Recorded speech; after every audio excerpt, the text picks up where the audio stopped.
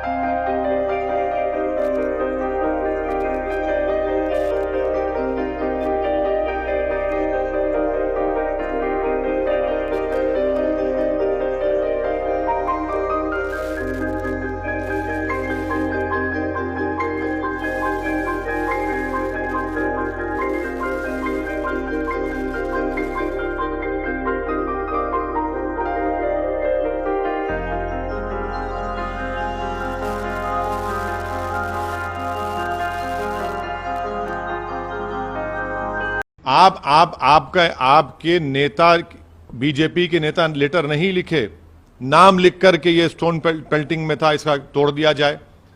क्या आपका मेयर, आपके अधिकारी बीजेपी के नहीं कह रहे हैं मीडिया के सामने आकर ये लोग इन्वॉल्व हैं, घर तोड़ दो?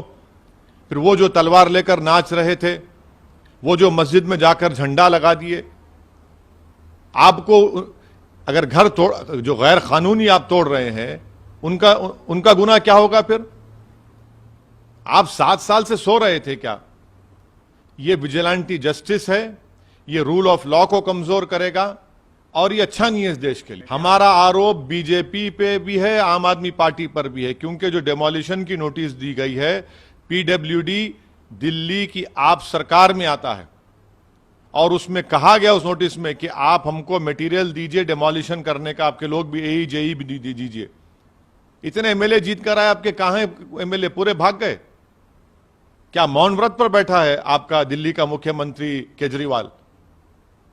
दिल्ली का फसाद हुआ 2020 का, तो गांधी वहां पर चला गया, गांधी समाधि के पास। अब आप मौन व्रत पे बैठे हैं क्या? दिख नहीं रहे आपको कि लोगों की बर्बादी?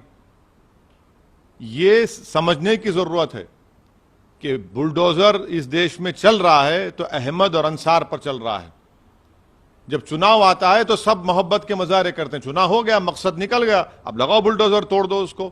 कोर्ट किस लिए है फिर? कैसे कोई सरकार जज, जूरी, एग्जीक्यूशनर बन सकती है, बताइए? ये तो आप कोर्ट की क्या जरूरत है फिर आपको, जब आप खुद किसी को तय करेंगे कि ये क्रिमिनल है? अगर कोर्ट किसी को कन्विक्ट भी करता है इन पत्थर फेंकने वालों को, तो उसका घर तो तोड़ने का ऑर्डर नहीं देता ना कोर्ट, उसको सजा देगा।